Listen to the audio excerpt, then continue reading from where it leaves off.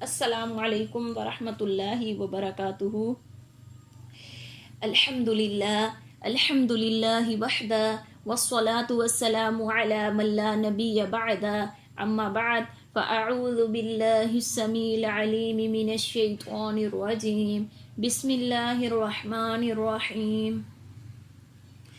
30ویں سپارے کی سب سے پہلی سورت جس کا نام النبأ ہے، یاد رکھیں اس کی 40 آیات ہیں اور 2 رکوع ہیں، اور یہ سورت مکی ہے۔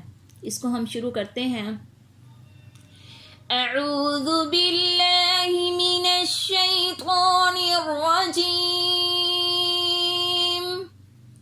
سورۃ النبأ مکیہ، اس کا نام ہے النبأ، ٹھیک ہے۔ نبأ کا کیا مطلب ہوتا ہے؟ نبأ خبر کو کہتے ہیں، ٹھیک ہے، یعنی یہ آگے آپ آیت نمبر 2 میں پڑھ لیں گے۔ کیا اس بڑی خبر کے بارے میں قیامت کا واقع ہونا کا تذکرہ ہے۔ اس صورت میں یاد رکھیں 3 خبریں بیان کی گئی ہیں، 3 چیزوں کا تذکرہ ہے، ایسے کہہ لیں اس کے 3 پارٹس ہیں۔ سب سے پہلی بات اس میں قیامت کا تذکرہ ہے، قیامت کی خبریں بیان کی گئی ہیں۔ دوسرے نمبر پہ اس میں جہنم کا تذکرہ ہے، اور تیسرے نمبر پہ اس میں جنت کا تذکرہ ہے۔ بسم اللہ الرحمن الرحیم، عم یتساءلون، کس چیز کے بارے میں وہ آپس میں سوال کر رہے ہیں۔ عن النبأ العظیم، کیا اس بڑی خبر کے بارے میں۔ الذی ہم فیہ مختلفون، وہ کہ جس میں وہ اختلاف کرنے والے ہیں۔ کس چیز کے بارے میں وہ آپس میں سوال کر رہے ہیں؟ کس چیز کے بارے میں؟ کیا اس بڑی خبر کے بارے میں؟ بڑی خبر قیامت کو کہا گیا ہے۔ سنیے، جب اللہ کے نبی صلی اللہ علیہ وسلم نے توحید و رسالت پر ایمان لانے کی دعوت کے ساتھ ساتھ یہ بتایا کہ لوگوں، ایک دن تمہیں زندہ ہو کر اللہ کے سامنے پیش ہونا ہے، اور تمہیں تمہارے تمام نیک و بد عمل کی جزا ملنی ہے، تو سننے والوں نے آپس میں یہ سوال شروع کر دیے، کیا واقعی قیامت ہوگی؟ آیا یہ ممکن بھی ہے؟ پھر وہ قیامت کس طرح ہوگی؟ وغیرہ وغیرہ، یہ انہوں نے آپس میں سوال شروع کر دیے۔ اور آگے ہے نا، عن النبأ العظیم، کیا اس بڑی خبر کے بڑی خبر سے مراد قیامت ہے، ٹھیک ہے۔ آگے فرمایا وہ کہ جس میں وہ اختلاف کرنے والے۔ اختلاف کیا ہے؟ اختلاف یہی ہے کہ کوئی تو مانتا ہی نہیں کہ قیامت ہوگی، کوئی مانتا ہے مگر اسے یقین نہیں، کوئی کہتا ہے کہ مٹی ہو جانے کے بعد دوبارہ کیسے زندہ ہو سکتے ہیں، یہ تو عقل ہی کے خلاف ہے، اور کوئی کہتا ہے کہ جسم زندہ نہیں ہوں گے بلکہ سب خوشی اور غم جو بھی ہوگا وہ روح پر ہی گزرے گا، وغیرہ وغیرہ، یہ ان کی آپس میں باتیں ہیں۔ یہ تینوں آیات کو سمجھ لیں۔ پہلی بات فرمایا کس چیز کے بارے میں وہ آپس میں سوال کر رہے ہیں، یا کیا اس بڑی خبر کے بارے میں۔ بتا دیا آپ کو کہ جب اللہ کے نبی نے توحید و رسالت پر ایمان لانے کی دعوت کے ساتھ ساتھ بتایا کہ تمہیں اللہ کے حضور پیش ہونا ہے، قیامت کا تذکرہ فرمایا، تو پھر وہ آپس میں یہ سوال کرنے لگے۔ اور اختلاف ان کا تیسری آیت میں وہ کہ جس میں وہ اختلاف کرنے والے، اختلاف یہی تھا کہ کوئی مانتا تھا اور کوئی نہیں مانتا تھا۔ اور یہ جو درمیان والی آیت ہے، آیت نمبر 2، بڑی خبر یعنی قیامت کے بارے میں۔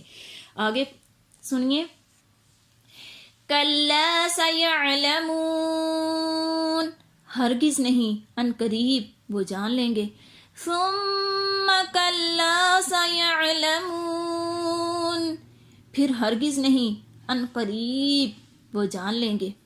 یہاں پر یہ لفظ جو ہے نا کلا، یہ ایک بات یاد رکھیں کہ عربی میں عموماً یہ اپنے پہلے والے کلام کو غلط اور بعد والے کلام کو صحیح قرار دینے کے لیے آتا ہے۔ عموماً، اکثریت کہہ لیں قرآن پاک میں یہ جو کلا، اس کا مطلب ہے نا ہرگز نہیں، یہ پہلے والے اپنے کلام کو غلط اور بعد میں جو اس کے کلام آ رہا ہے اس کو صحیح قرار دینے کے لیے آتا ہے۔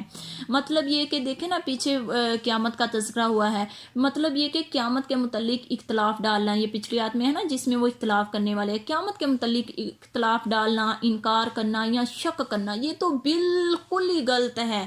قیامت کا آنا بالکل یقینی ہے، ٹھیک ہے۔ ان قریب وہ جان لیں گے، ان قریب جان لیں گے، اس سے کیا مراد ہے؟ آگے ہے ثم کلا سیعلمون، پھر اللہ نے وہی آیت بیان فرمائی، اور اس سے پہلے فرمایا ثم.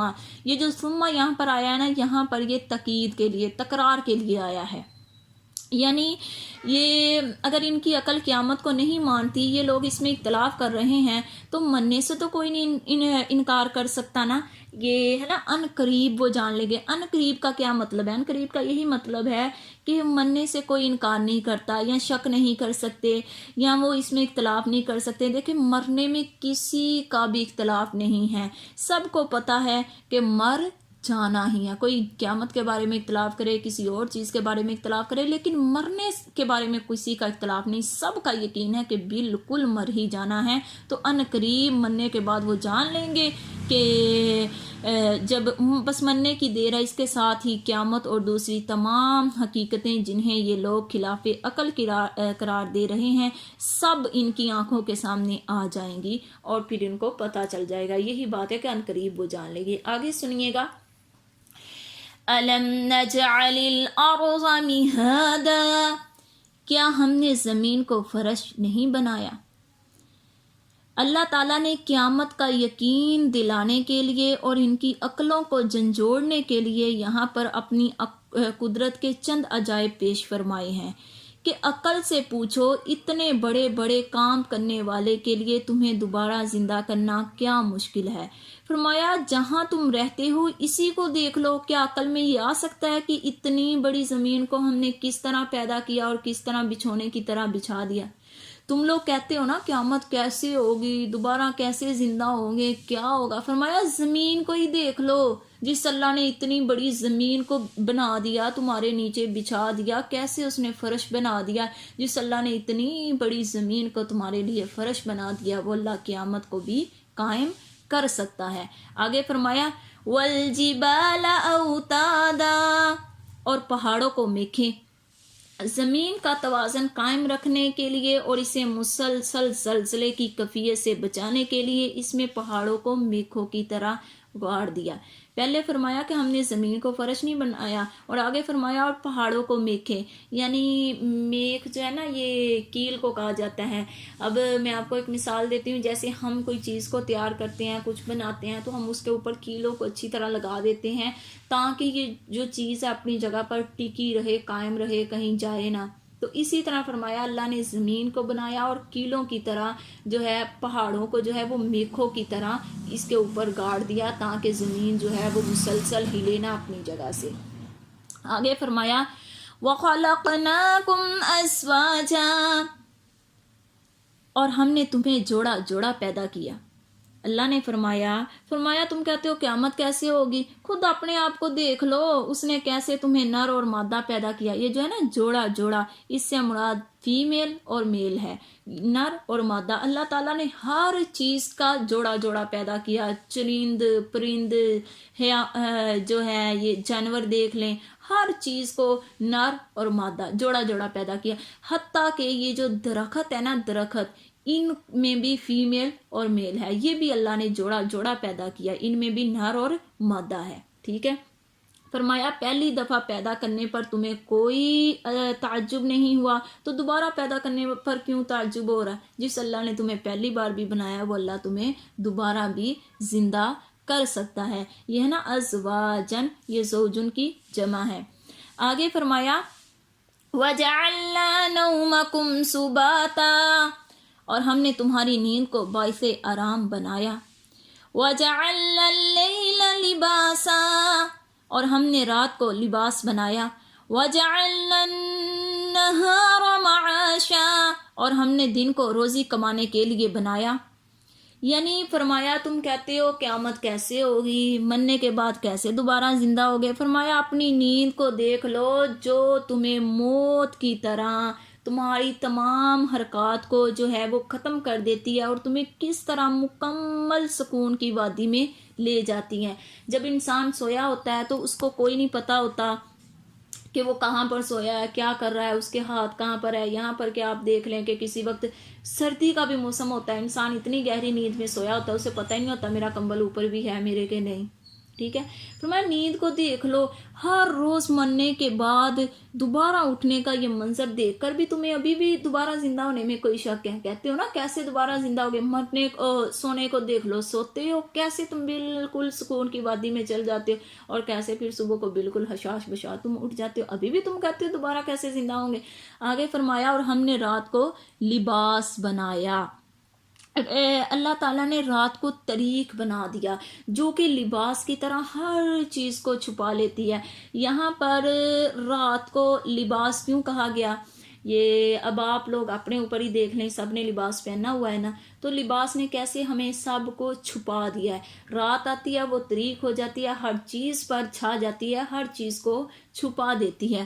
اور آگے ساتھ ہی فرمایا اور ہم نے دن کو روزی کمانے کے لیے بنایا. اللہ اکبر کبیرہ. دیکھیں ہمارے اللہ کی کتنی مہربانی ہے ہم پر. اللہ نے مسلسل رات نہیں رکھی بلکہ روزی کی تلاش کے لیے اس نے دن کو بھی بنا دیا. اگر رات ہی رہتی تو تم روزی کیسے تلاش کرتے؟ دیکھ لیں اللہ کے کتنے احسان ہیں، کتنی مہربانی ہے. اگر رات ہی رہتی تو ہم کیا کر لیتے. اللہ نے ہمیں رات جیسی نعمت سے بھی نوازا اور پھر ہمیں جو ہے دن جیسی نعمت سے بھی نوازا. آگے نوٹ کریں، آگے فرمایا وَبَنَيْنَا فَوْقَكُمْ سَبْعًا شِدَادًا.